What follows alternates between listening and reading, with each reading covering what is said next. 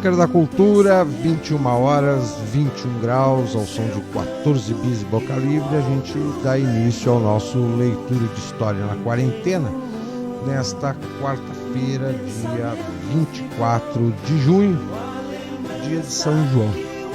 Então vamos lá para as nossas notas curtas. Vamos começar falando de gafanhotos, né?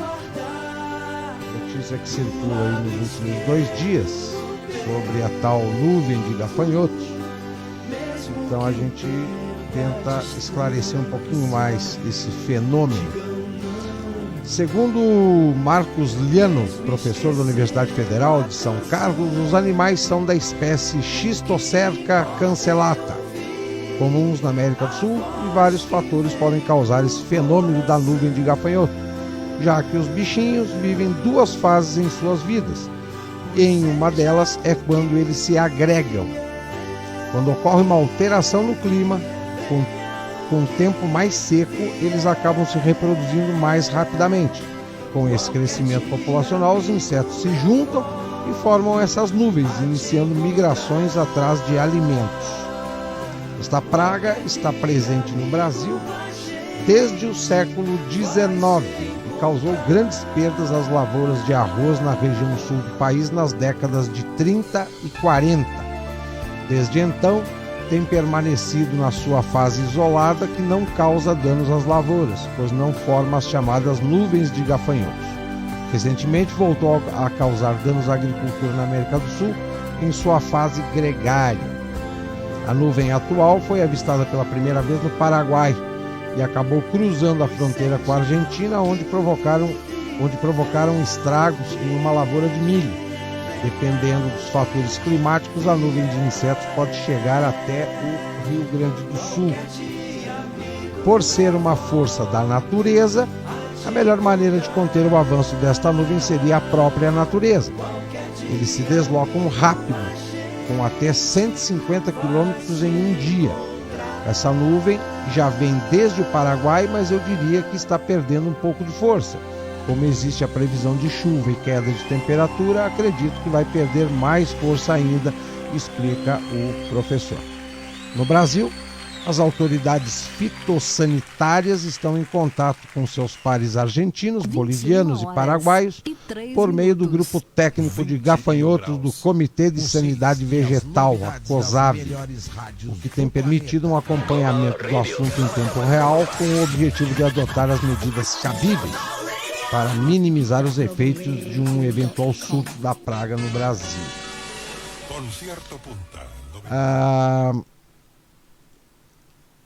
Então, explicado a questão dos gafanhotos, né? Os gafanhotinhos é um fenômeno bem natural. Um outro assunto que saiu hoje e que me chamou bastante atenção foi o julgamento no Supremo Tribunal Federal, que deu ganho para os servidores públicos. Por 7 votos a 4, o Supremo Tribunal Federal decidiu nesta quarta-feira impedir que estados e municípios endividados, se não quebrados, reduzam o salário de servidores públicos como forma de ajuste das contas públicas. O sinal vermelho do Supremo, a aplicação dessa medida, frustra governadores e prefeitos que esperavam poder usar esse instrumento para reequilibrar as finanças. A situação ficou ainda mais dramática com os efeitos provocados pela pandemia.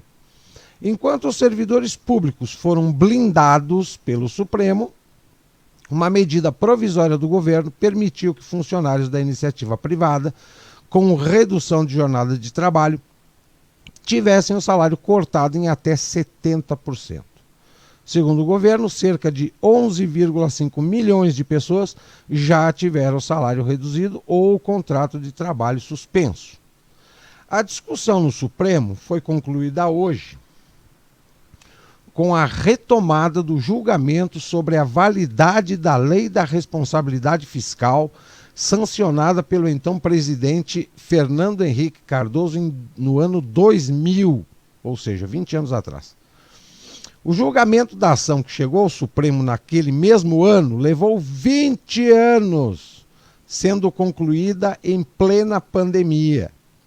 Para a maioria dos ministros, a redução de salário de servidor público afronta a Constituição por violar o princípio da irredutibilidade dos vencimentos. Em 2002, em uma avaliação preliminar, o Supremo derrubou o artigo da Lei de Responsabilidade Fiscal que permitia reduzir jornada de trabalho e salário de servidores públicos caso o limite de gastos com pessoal chegasse a 60% da receita corrente líquida. Agora, com uma composição quase totalmente diferente, o tribunal analisou o mérito da questão, mantendo a suspensão do dispositivo. 6 ministros do Supremo já haviam votado em agosto do ano passado contra a redução de salário dos servidores públicos. Foram eles Rosa Weber, Ricardo Lewandowski, Carmen Lúcia, Edson Fachin, Luiz Fux e Marco Aurélio Melo. A questão é a seguinte: o Estado, ele sobrevive de arrecadação. Se a iniciativa privada não fatura e não paga imposto, como é que não vai se reduzir salário de servidor público? Afinal de contas, o que é o servidor público? Trabalhador de primeira categoria?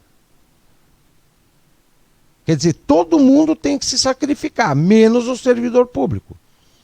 Porque ele acha que, porque ele fez concurso e trabalha na máquina do Estado, ele não tem que dar a sua contribuição. Ele é intocável. Né?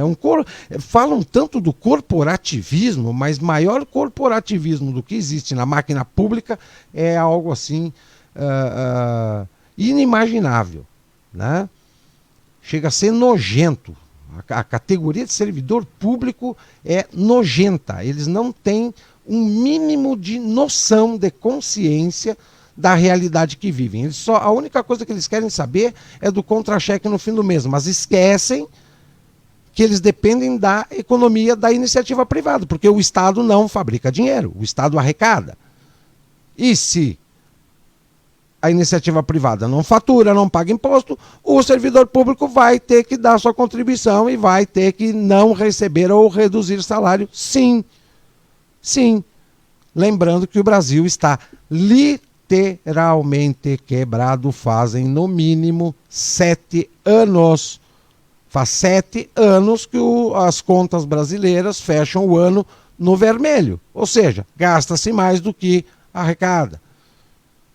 O país só não decretou falência porque nós somos muito grande, porque existem lá os trâmites contábeis, econômicos, financeiros, que não chegamos a tanto. Né? O país sendo grande, nós temos bastante garantias para não declarar falência, como já ocorreu em outros países. Um exemplo bem recente, o México. Tá? Mas, voltando à questão dos servidores públicos e ao corporativismo, é uma classe nojenta. Eles não são trabalhadores não são nenhum trabalhador de primeira categoria que eles não tenham que cair na real e viver a realidade econômica conforme todos os outros trabalhadores da iniciativa privada também passam. Uma outra notícia que saiu hoje, ou melhor, hoje. Eu, pelo menos, vi hoje com mais profundidade. Quem sabe anteontem ou ontem já tenha sido cogitado, mas hoje eu peguei uma matéria mais completa. Até saiu nos meios de comunicação televisivos hoje. O MEC, pasta comandada pelo ex-ministro Abraham Weintraub, até a semana passada, liderou pagamentos do governo federal feitos à empresa ligada à sócia e ex-mulher do advogado Frederic Wassef, o ex-advogado do presidente da República e do seu filho. Desde o início da gestão Bolsonaro, o MEC repassou à Global Web Outsourcing empresa fundada por Cristina Bonner e administrada por uma filha dela, cerca de 12 milhões de reais. É o que mostra um levantamento feito no portal da Transparência, sites do governo federal e da própria Receita Federal. Além disso, desde o ano passado, o MEC assinou novos contratos com a empresa, que somam 16 milhões de reais até fevereiro de 2021. A conta chega a 24 milhões quando são incluídos os contratos do INEP e do Fundo Nacional de Desenvolvimento da Educação, que recentemente recebeu diretores indicados pelo chamado Centrão. O subsecretário de Assuntos Administrativos do Ministério, José Eduardo Couto Ribeiro, disse que não poderia comentar as compras do INEP, mas afirmou que os negócios foram feitos a partir de decisões técnicas do setor de informática, serviço prestado pela empresa. Uma dessas decisões, segundo o servidor, foi fazer um aditivo em contrato da Global Web sem que houvesse nova licitação. Segundo ele, a área administrativa não sofria nenhum tipo de intervenção do ex-ministro. Os valores pagos à Global Web em menos de um ano e meio da gestão Bolsonaro chegam a 40 milhões. Já chegam aos desembolsados à empresa nos 4 anos de gestão compartilhada por Dilma e Michel Temer. Ou seja, na gestão Dilma e Temer, eles pagaram para essa empresa 42 milhões em 4 anos. A gestão Bolsonaro, em um ano e meio, já pagou 41. Em quantidade de contratos com a Global Web, a Telebrás está em primeiro lugar entre os órgãos e pastas da administração federal, com 125 milhões. Seguida do BNDES e do próprio MEC. Ou seja, eu fico observando que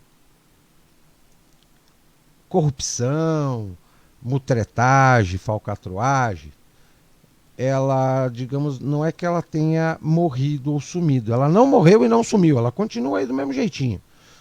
Tá? O que me chama mais atenção é que a turma da oposição, da esquerda, do PT, do PSOL, do PSB e tal, eles estão dando risada. Né? Porque essa turma que entrou há um ano e meio no governo, eles diziam que eram os paladinos da honestidade, né? Corrupção com eles, nem pensar. E o que a gente vê nos últimos 6 meses, pelo menos, é não vou dizer uma avalanche, mas vira e mexe aparece um casinho novo, uma investigaçãozinha nova, né? Para quem dizia que eram os paladinos da honestidade, que corrupção, que corporativismo, que fisiologismo não ocorreria na sua gestão, estão deixando a desejar e muito. Já basta o Olavo de Carvalho vir para a rede, vir para as redes sociais dizer que não, todos os governos sempre tiveram pequenos casos de corrupção, mas nada comparado ao que o PT fez. Para mim não existe meio ladrão ou ladrão inteiro. Não existe meio ladrão, não existe meio corrupto. Ou o cara é ou o cara não é corrupto. Agora, simplesmente menosprezar casinhos de corrupção que têm surgido ou comparar com o que o PT fez ao longo de 16 anos e dizer que isso não é nada, é um relativismo um tanto quanto perigoso para quem prega honestidade, anticorrupção, legalismo, Estado democrático de direito e etc, etc. Essa turma que apoia o governo tá começando a ficar nojenta. Porque quando se comenta alguma coisa que atinge a eles já vão comparar com o PT, já dizem que isso aí teoria da conspiração, que isso não é nada. Quer dizer, é a história, né? Quando me interessa, eu bato o porrete com força. Quando não me interessa, eu dou uma justificativa e digo que está tudo sob controle. Para mim não mudou absolutamente nada. Outra matéria que me chamou bastante atenção hoje foi esse aqui da deputada Talíria Petroni. Foi divulgado hoje uma pesquisa feita pelo IBGE de que o Brasil ele só tem 50% da população coberta por saneamento básico. O que é saneamento básico? Rede de água e esgoto. Então, nós estamos assim num patamar de país africano de quinto mundo em termos de saneamento básico. Tá? Tanto que doenças que há 40 anos atrás, quando a população era menor e a rede de água e esgoto comportava praticamente todo mundo, as doenças foram erradicadas. No momento que essa rede ficou pequena em relação aos usuários, a população cresceu, as doenças voltaram junto. Mas, nesta quarta-feira, a deputada Talíria Petroni, do PSOL do Rio de Janeiro, voltou a defender a hipocrisia em suas redes sociais. Isso porque a deputada disparou inverdades sobre o marco do saneamento básico. Privatização do saneamento no Brasil será votada no Congresso. Saneamento básico é direito. Os beneficiados são mega empresas condenadas por corrupção que não levarão saneamento a quem não pode pagar. A privatização é um atentado contra a saúde pública, o meio ambiente e o povo, escreveu a deputada. Sobre o marco do saneamento básico, a deputada esquece que apenas 50% da população tem acesso à rede de esgoto e 43% possui coleta devida de esgoto e o Brasil registra 300 mil pessoas internadas com problemas relacionados à falta de saneamento básico por ano. Para piorar, a deputada promulga um discurso populista, mas esquece que mora em um luxuoso apartamento em Brasília, custeado com dinheiro público. Além disso, a deputada torra por mês mais de R$150 mil de verba pública e privilégios. Bom, quanto aos gastos com verba, esses 150 mil que ela gasta aí, qual é o esquerdista que não gosta de passar bem, né? Com relação a morar num apartamento luxuoso, para quem ganha mais de 30 mil por mês, tem condições de morar num bom apartamento. Agora, o que é mais atentador é que essa turma que fica pregando que tudo é direito básico do cidadão, né, são exatamente aqueles que querem continuar detendo o poder de decisão para certas obras, certos avanços, progressos, né?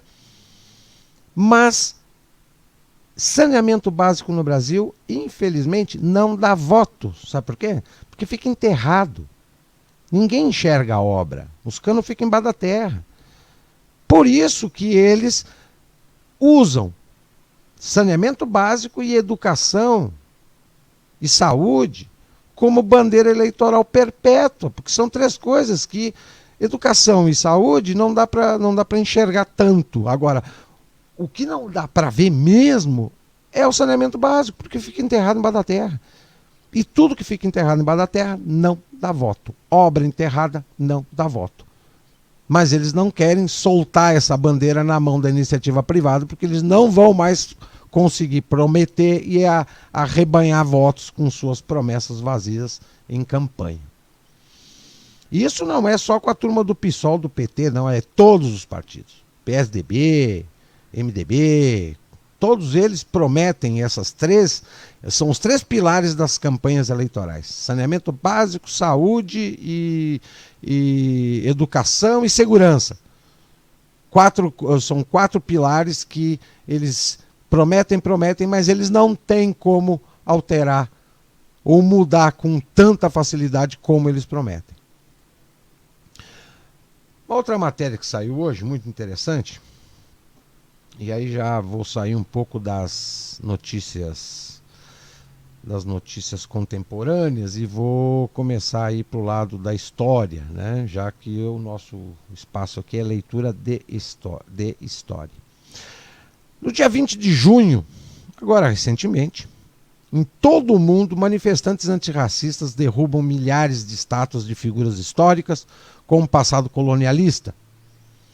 Um pequeno partido comunista chamado Partido Marxista-Leninista da Alemanha, o MLPD, em contraste ao que está acontecendo ao redor do mundo, decidiram inaugurar a estátua de nada mais nada menos Vladimir Lenin, ou, como todos conhecem, apenas Lenin. O jornal Deutsche Welle retratou esta polêmica na Alemanha na decisão tomada pelo Tribunal Administrativo da cidade de Gelsenkirchen, no oeste da Alemanha, em anular a instalação da estátua por conta da altura que desvalorizaria o prédio. Mas os juízes negaram esta observação, permitindo que o partido pudesse colocar a estátua no terreno. Esta decisão foi criticada pelo deputado federal Marco Buschmann, natural do município. Diz o deputado: uma estátua de Lenin seria uma vergonha para a cidade. Lenin representa assassinato em massa e totalitarismo. Quem queira erigir uma estátua dele deve se perguntar se ainda se apoia sobre os fundamentos da ordem liberal democrática. Lembremos-nos nós de que, desde o início da Primeira Guerra Mundial, em 1914, os socialistas alemães realizaram violentas greves contra a burguesia e contra a indústria alemã, atrapalhando internamente a logística de guerra alemã. A Revolução Russa, em 17, liderada por Lenin e seu internacionalismo oriundo da Internacional Comunista, serviram de inspiração para a Revolução Alemã de 1918 e 1919, onde a Liga Espartaquista conseguiram controlar a região da Bavária, mas que perderam este território pelos grupos paramilitares nacionalistas, as Freikorps, suprimindo assim a Liga Espartaquista. Na obra Mein Kampf, a autobiografia de Hitler, no capítulo 14, Orientação para Leste ou Política de Leste, o Hitler diz o seguinte: nunca se esqueça de que os governantes da Rússia são criminosos comuns manchados de sangue, que eles são a escória da humanidade que, favorecida pelas circunstâncias, invadiu um grande estado em uma hora trágica, massacrou milhares de sua principal inteligência em sede de sangue selvagem e agora há quase 10 anos exerce o regime mais cruel e tirânico de todo o tempo. Além disso, não se esqueça de que esses governantes pertencem a uma raça que combina, numa mistura rara, crueldade bestial e um presente inconcebível para mentir, e que hoje, mais do que nunca, está consciente de uma missão de impor sua opressão sangrenta a todo mundo. Não se esqueça de que o judeu internacional que hoje domina completamente a Rússia considera a Alemanha não como um aliado, mas como um Estado destinado ao mesmo destino. O perigo ao qual a Rússia sucumbiu está sempre presente para a Alemanha. Somente um simplório burguês é capaz de imaginar que o bolchevismo foi exorcizado. Com seu pensamento superficial, ele não tem ideia de que essa seja um processo instintivo, isto é, a luta do povo judeu pela dominação mundial, um processo que é tão natural quanto o desejo dos anglo-saxões de conquistar a dominação da terra. No bolchevismo russo, devemos ver a tentativa empreendida pelos judeus no século XX para alcançar a dominação mundial. A Alemanha é hoje o próximo grande objetivo da guerra do bolchevismo. Requer toda a força de uma jovem ideia missionária para elevar nosso povo novamente, libertá-lo das armadilhas dessa serpente internacional e impedir a contaminação interna, para que as forças da nação assim libertadas possam ser jogadas para salvaguardar nossa nacionalidade e assim evitar uma repetição das catástrofes recentes até o futuro mais distante. Até mesmo na obra Kommunismus ohne Maske, em português traduzido é Comunismo Sem Máscara, foi escrito pelo Joseph Goebbels, ele faz esta exaltação. A nação foi imune ao veneno da anarquia vermelha. Ele repudiou as palavras-chave falsas e vazias da propaganda mundial comunista. Sério e diligentemente, com paciência e disciplina, dedicou-se à solução de problemas que surgem de seu próprio destino. A história um dia dará o devido crédito ao Führer por ter salvado a Alemanha do perigo mais agudo e mortal ao derrubar o marxismo e assim salvar toda a civilização do Ocidente do abismo que o boceja. O tempo atual, infelizmente, não tem mais as mesmas virtudes e orgulho como no passado. Assim como o próprio jornal Deutsche Welle finaliza em sua matéria, entre outras estátuas controversas da Alemanha, está a do líder independentista sul-americano Simón Bolívar, em Bonn, também medindo 2 metros de altura, mas escondida atrás de cercas vivas no bairro de Gronau. Em seu pedestal está inscrito: é mais difícil manter o equilíbrio da liberdade do que suportar o fardo da tirania. Muito bem, muito bem. Tenta-se de alguma forma arrancar toda a máscara de romantismo e de utopia romântica do socialismo, aquele socialismo clássico que serve só para debate de rede social e outros afins, né? Ou ler nos livros de história. O principal perigo não é mais esse socialismo clássico, leninista, trotskista, stalinista, não. O principal perigo chama-se não mais socialismo, chama-se social-democracia.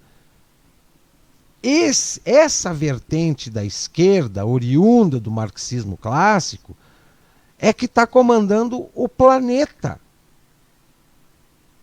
Eles comandam o planeta. Enquanto todo mundo está aí preocupado em se defender do socialismo, do comunismo, a social-democracia, que é um socialismo maquiado de democracia, com um discurso romântico de liberdade, igualdade, justiça social, anti isso, anti aquilo, comanda o planeta. E aí vem aquela coisa, emburreceram a sociedade toda, esconderam informações, esconderam o conhecimento histórico, e assim, pessoas sem conhecimento são muito vulneráveis e muito frágeis e muito fáceis de serem manipuladas. É isso que acontece hoje. 21h29, 21 graus. Deixa eu ver o que eu tenho mais aqui. Essa manchete que também eu achei bastante interessante. Os brasileiros que gostam de bater no peito. Eu sou livre, porque o meu país é reconhecido, porque o meu governo é bom. A Frontex, Agência de Fronteiras da União Europeia, revelou que entre 2018 e 2019 houve um aumento de 37% no número de expulsões dos países do bloco. Os dados divulgados revelam que mais de 22 brasileiros que viviam na Europa receberam ordens de deixar o continente diariamente no período de 1 ano. Segundo informações da agência, seriam 7.900 brasileiros afetados pela determinação, e o motivo desta seriam em grande parte das situações por conta dessas pessoas estarem sem vistos que autorizem trabalho ou já estão há algum tempo vivendo em condições irregulares. O brasileiro acha que eu vou para a Europa, vou morar em outro país. Eles acham que mudar de país é que nem mudar de endereço. Não é bem assim, não. Só aqui no Brasil que qualquer um entra, vive sem autorização, vive sem documento. Mas lá o bicho lá pega. E eu deixei como último tema para hoje. Se fala tanto se conhece um pouco mais, inclusive com uma bibliografia mais vasta, a mitologia grega e a mitologia romana, mas se fala muito pouco sobre a mitologia nórdica. Então eu deixei esse tema para o final aqui. Na fé viking, não havia livros sagrados, dogmas ou sacerdotes. Nem por isso eles davam menos importância aos rituais de devoção aos seus deuses, que ocorriam em qualquer lugar e incluíam até sacrifícios humanos. Os detalhes dessa religião só chegaram até nós por causa de 2 livros do século XIII, Edda Poética, de autoria desconhecida, e Edda em prosa, do historiador islandês Snorri Sturluson. Entre os deuses havia 2 grupos principais, o Aesir e o Vanir. O clã dos Aesir, chefiado por Odin, era de guerreiros natos que habitavam Asgard, um dos 9 mundos mitológicos. Volta e meia entravam em conflito com o outro grupo. Associados à natureza e à feitiçaria, os Vanir viviam em Vanheim e não eram dados à guerra. Para garantir a paz, alguns Vanir viraram reféns dos deuses guerreiros. As divindades nórdicas se apaixonavam, casavam, traíam e se separavam, sem maiores traumas. Além disso, eram mortais. Havia deuses sem pai conhecido, ou com 9 mães, outros cegos, sem olhos, sem braços, sem rosto, e com um enorme pênis, objeto também de culto. E havia outros personagens mais mundanos, mas que ajudavam no enredo mitológico. Anões e duendes eram exímios ferreiros e artesãos. Os elfos eram criaturas iluminadas, que gozavam de uma vida boa e sem maiores preocupações. As valquírias, as servas de Odin, levavam os mortos em combate ao panteão dos heróis, Valhalla. O grupo dos gigantes ameaçava os deuses e era aguardada uma batalha final entre eles no Ragnarok, o apocalipse que colocaria fim a tudo até surgir um novo mundo.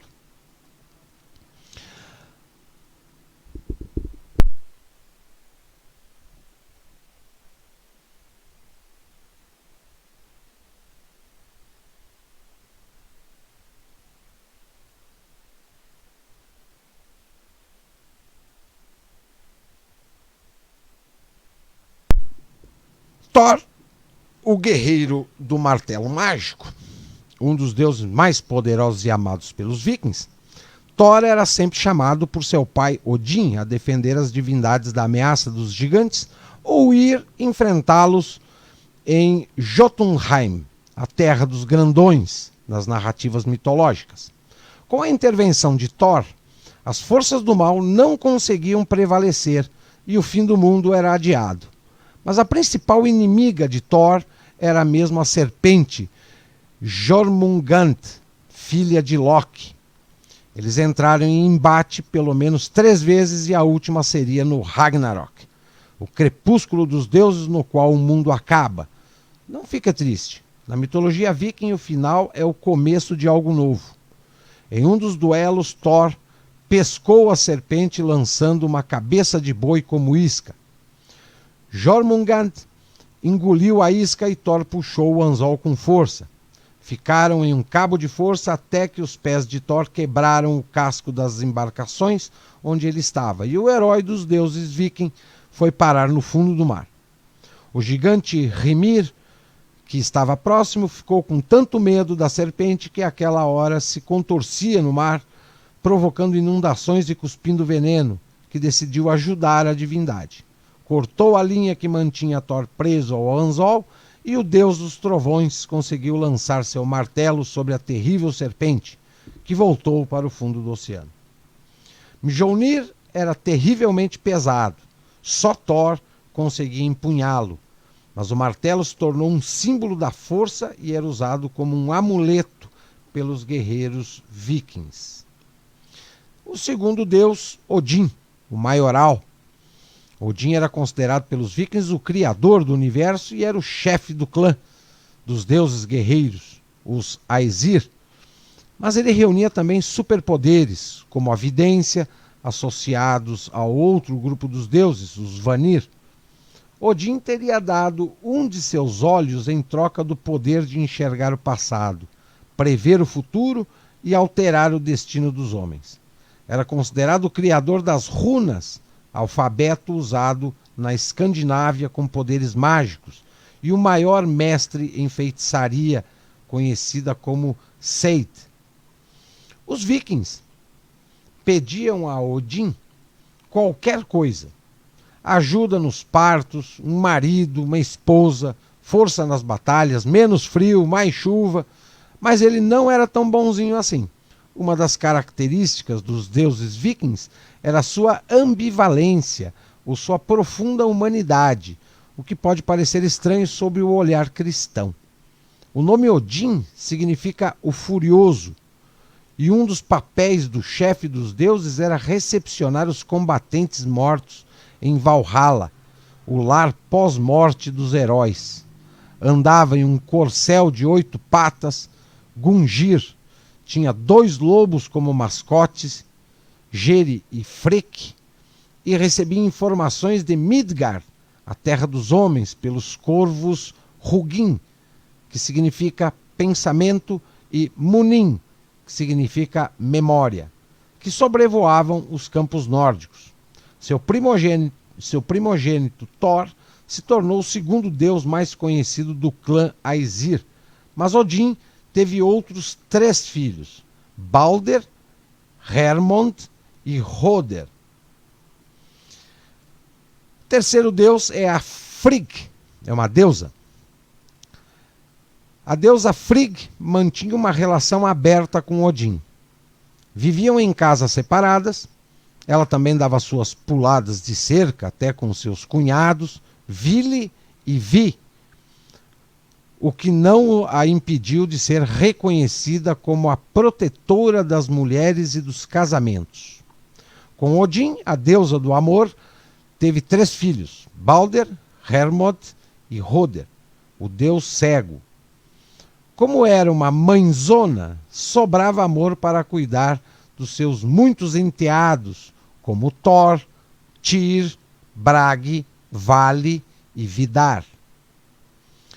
A outra deusa, a deusa Sif, mulher de Thor, Sif tinha longos cabelos loiros e era associada aos campos de trigo e à família. Era mãe de Trud, filho de Thor, e de Ur, cujo pai era desconhecido. Uma vez enteado por causa de uma insônia, Loki foi procurar Thor no castelo de Björnskirnir. Thor não estava, mas Loki encontrou a linda Sif dormindo. Só para implicar, cortou suas longas melenas loiras e a deixou praticamente careca. Descoberto, Loki teve que encomendar novas madeixas do mais puro ouro aos duendes exímios artesãos. O quinto deus é o Balder, irmão de Thor, filho de Odin e a deusa Frigg. Balder era o mais puro e belo dos deuses. Ele amava tudo e todos e era amado por todos, exceto por Loki, que tinha inveja da sua queridice. Balder acabou morrendo. Loki criou um concurso de arremessos contra o Belo. Todos erravam o alvo de propósito, mas Loki ludibriou Hoder, o irmão cego de Balder, para lançar uma flecha direto ao coração do irmão. O assassinato de um deus por outro era um delito grave, e Midgard mergulhou no caos. O sexto deus, não poderia ser diferente, é o Loki, também conhecido como o Deus Problema. Loki, filho de gigantes, mas impressionou os deuses por suas boas maneiras, incluindo Odin, que se tornou seu irmão em um ritual no qual ambos se cortaram e misturaram seus sangues. Os vikings acreditavam que esse ato criava laços ainda mais fortes que os de irmãos de nascença. Loki ganhou prestígio no panteão dos deuses, mas nem por isso parou de arrumar problemas. Ele era do mal. Em outra ocasião, depois do assassinato do gigante Angerboda, Loki comeu seu coração. Foi então que o mal aflorou com mais força dentro dele. Ele se refugiou em uma floresta e lá deu à luz a 3 monstros. O lobo Fenrir, a serpente Jormungand e Hel, a deusa da morte. Jormungand espalhava destruição por onde andava. Odin lançou a serpente no mar e a amaldiçoou a passar a eternidade comendo o próprio rabo. Seu corpo dava a volta na terra e ela comia sua cauda pensando ser a de outro animal. Loki também ludibriou a deusa Idun, que fornecia maçãs da juventude aos deuses, a sair de Asgard. Assim que deixaram a terra dos deuses, Idun foi levada por Tijatsi, a terra dos gigantes. Odin ficou furioso e fez Loki prometer que traria Idun de volta. Loki cumpriu a promessa, mas isso provocou a morte do gigante Tijatsi. A filha do gigante, Skadi, bateu nos portões de Asgard para vingar o pai. Para acalmar a ira de Skadi, os deuses deixaram que ela escolhesse como recompensa um deus com quem casar. Ela se casou com Njord, o deus dos mares. Mas o casal não foi feliz. Ela queria viver nas montanhas e ele no oceano. Sem dramas, os deuses se separaram. A 7ª deusa é a deusa Freya. Freya era uma feiticeira muito sensual. Sua fama era de ser a garota de programa dos deuses, uma Afrodite nórdica. Ela andava com uma carruagem puxada por gatos brancos, usava um casaco de pele de gavião, que a fazia voar em busca de prazer, e ostentava um belo colar chamado Brisingamen. Era a mãe das valquírias, servas de Odin, incumbidas de buscar os guerreiros mortos. O 8º deus é o deus Frey. Irmão gêmeo de Freya, Frey era associado à fertilidade e à agricultura. Por isso a representação de seu, digamos, instrumento era tão avantajada que escandalizou os cristãos recém-chegados à Escandinávia. Frey se apaixonou pela giganta Gerd e decidiu dar sua espada aos gigantes em troca da mão da amada, que aceitou o pedido. Odin ficou furioso. Foi o estupim da Primeira Guerra do Mundo. O último deus famoso na mitologia nórdica é a deusa Hel. Filha de Loki e da gigante Angerboda, Hel tinha metade do rosto normal e a outra metade decomposto, como um cadáver. Era a guardiã do Hel, o mundo dos mortos. Ela abrigava tanto deuses quanto gigantes, mas só quem morria fora de combate ia para lá. Quem tombava em batalha ia para Valhalla, o lar dos heróis. Para os vikings, morrer de doença ou de velhice era uma desonra terrível, com uma recompensa ainda pior: dar de cara com a deusa Hel. Muito bem, então, conhecer um pouquinho da mitologia nórdica. 21h45, 20 graus, agora aqui na capital federal. O Leitura de História na Quarentena de hoje fica por aqui. Eu volto amanhã com novos temas no nosso encontro diário de informação e conhecimento. Vocês fiquem aí com o playlist do Bunker da Cultura Web Rádio, 24 horas no ar, a melhor companhia musical da web. Uma boa noite a todos e até lá.